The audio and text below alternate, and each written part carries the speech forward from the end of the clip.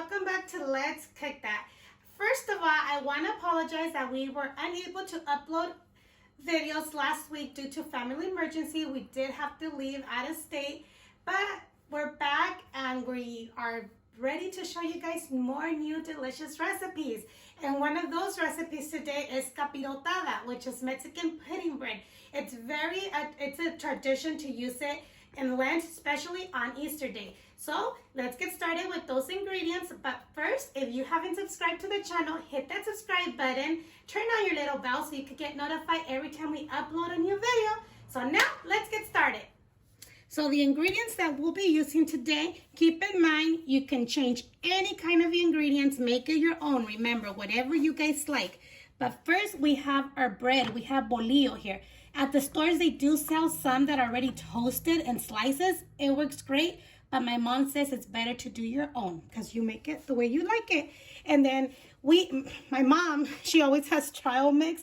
So we're gonna use that, but you can actually use pecans, peanuts, raisins, whatever you want. This has a little bit of everything.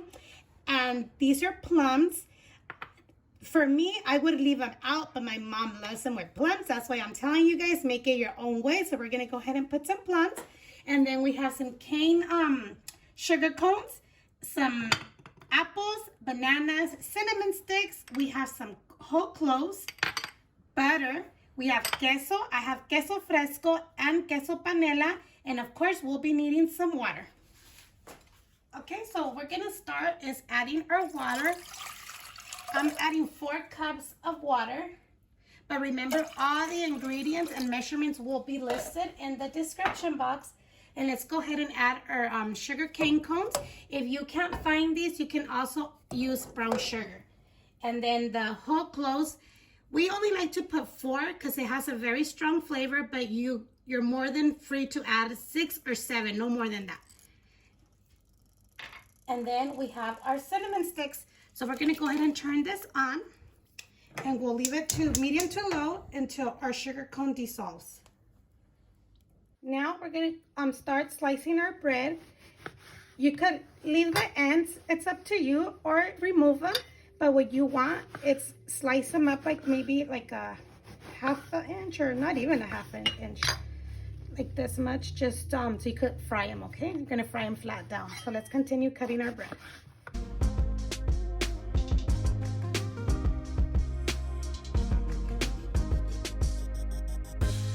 Once your bread is all sliced up, let's go ahead and preheat a skillet and we're gonna put butter. You can also use oil, but with butter it tastes way better, you guys, when you guys fry your bread. So let's go ahead and let this melt. Okay, so once your butter is melted and bubbling up, let's go ahead and start frying our bread from both sides.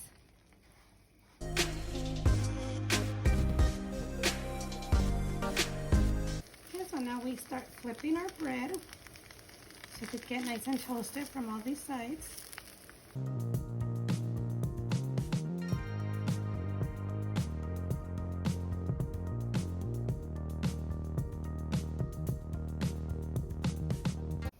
So now we're going to go ahead and remove our bread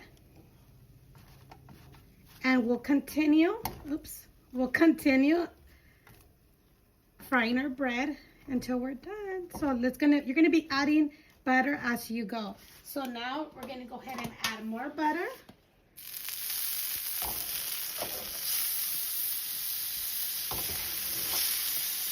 Probably like about 3 tablespoons every time you fry. So let's go ahead and melt it.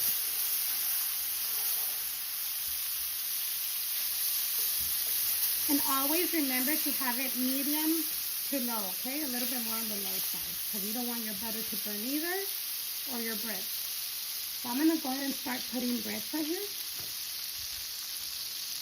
because our pan is hot. And then we'll just continue, you guys, same step.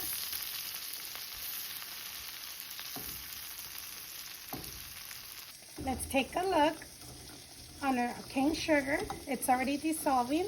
So we'll just let this continue to dissolve. Well, we fry our bread, it'll be ready.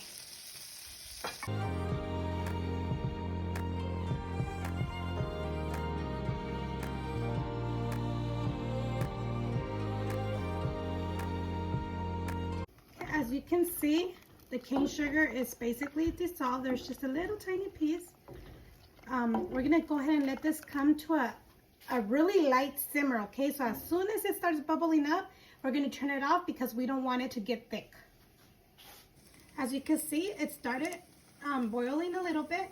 So we're gonna go ahead and turn this off, let it cool down for a little bit. And don't let it like simmer too much, okay? As soon as you start seeing that it starts boiling, turn it off and put it to the side because you don't want it thick. Now we're gonna go ahead and cut our apples. And remember, your fruit is optional because the traditional capirotada really doesn't have fruit. It only is the bread, the raisins, and I'll tell you the meaning right now. But we're gonna go ahead and cut it in bite size, okay? So let's cut them like this.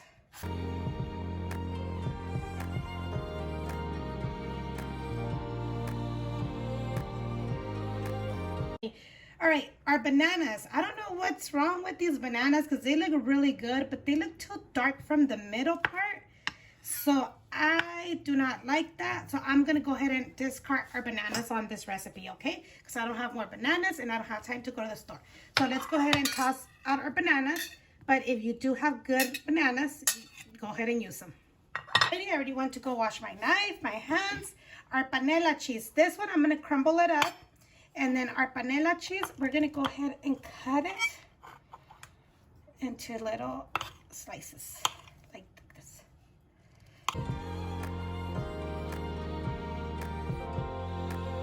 So our syrup, let's go ahead and put it through the strainer.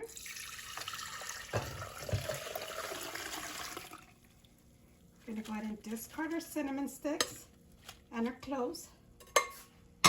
Okay, our next step will be layering our bread.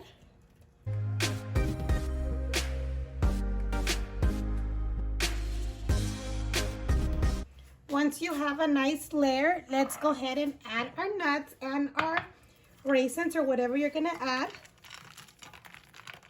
Remember, mine are a mix, but that's up to you what you wanna add. And then you're gonna add some apples.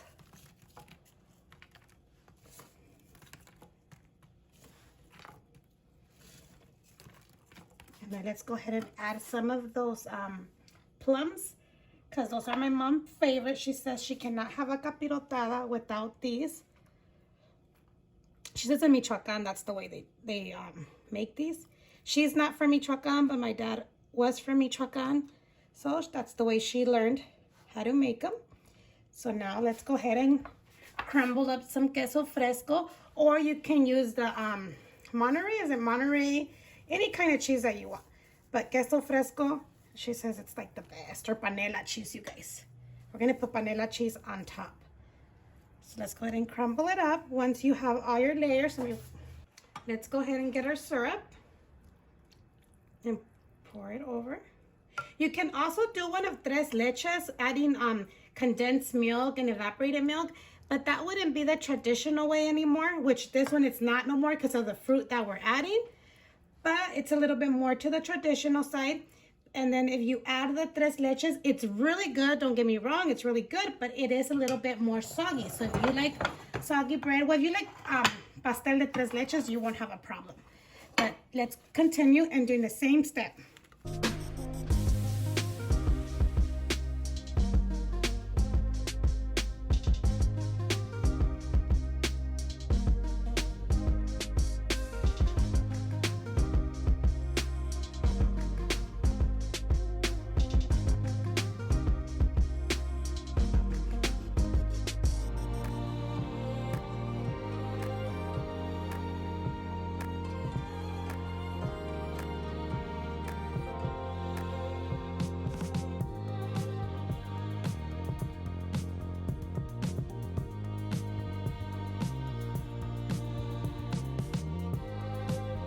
Alrighty, and this will be our final step.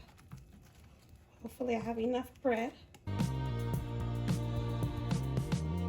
Okay, we made it work. And I am using a 13 by 9, okay, on the baking dish. So let's go ahead and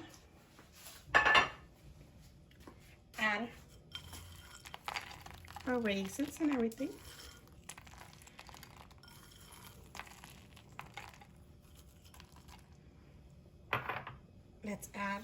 mom's favorite, her plums. And at this time, I did start the oven at 350. I'm preheating it so it could be nice and warm, ready for us to put it in the oven. Let's put all of them. I was gonna leave some on the side, but that's okay. My mom loves those. And then let's add our apples. And if you have the bananas, then this is when you would put a little slice of banana just to make it look cute, like in rows. But I don't know what happened to our bananas. I don't know what's going on with the vegetables lately. Even our tomatoes been a little bad lately. I don't know what's going on. It's probably the weather. And then this is our panela cheese. I'm gonna go ahead and put it on top because we want that to melt very good.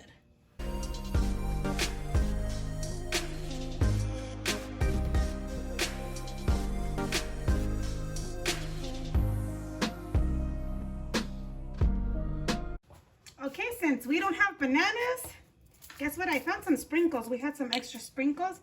They're not the little circle ones, but these will work. Let's add a little bit of sprinkles just to give it a little bit of color. Since our bananas were not good. Can't get over those bananas. Why were they like that? Because they weren't brown, like when, you know, when they get brown of the sweetness. These were black. That was nasty. Let's put the remaining of our syrup.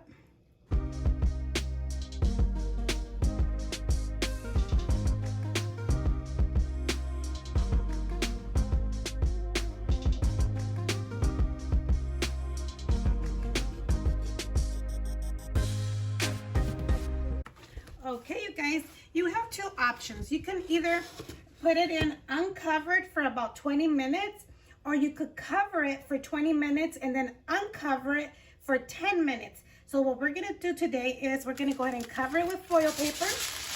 Get my foil paper and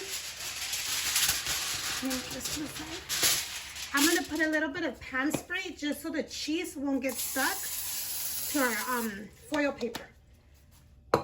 But like I said, if you just want to uncover for 20 minutes, that's good. But this way, we'll make sure that all the bread like soaks in with the syrup, okay? So let's go ahead and cover it. 20 minutes at 350 Fahrenheit. And then we'll uncover it and cook it for another 10 minutes uncovered, okay? So we're going to go ahead and put this in the oven. Alrighty, you guys, our capirotada, it's all done. It smells delicious, you guys. Okay, guys, so the meaning of the capirotada, we usually have it on Good Friday, but you could have it on Easter or throughout the whole Lent season. And the meaning of it, in reality, I know it by heart, but sometimes I get nervous on camera. So I'm going to go ahead and read it so I won't make a mistake. But it means, it represents, okay? The bread represents the body of Christ. The syrup is his blood. The cloves or the raisins, because a lot of people use the raisins, as the nails of the cross. And the whole cinnamon sticks are the wood of the cross. And the melted cheese is the holy shroud.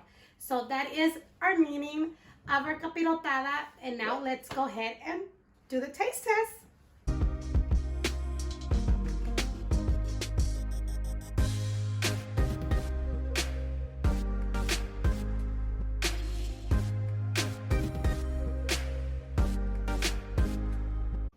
So now let's go ahead and taste it. I like to eat it warm. It's really, really good, you guys. But warm is the best. You can have it however you want. I think this looks too hot. I can see the steam.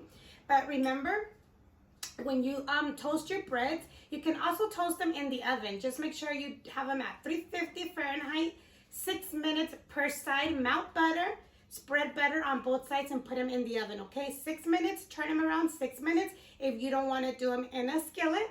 But let's go ahead and give this a try. Very good. And as you saw when I took it out, you don't see it as like a lot of the syrup underneath. It's not dry, but it's not too syrupy. So it's not soggy, you guys. So it's really, really good. Like the bread it's perfect, okay? But this is delicious, you guys. So don't forget to give us a big thumbs up.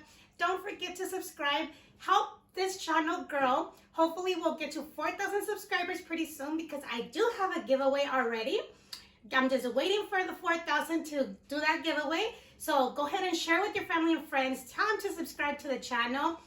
And leave your comments down below, you guys. So thank you for watching, and we'll see you next time on Let's Cook That.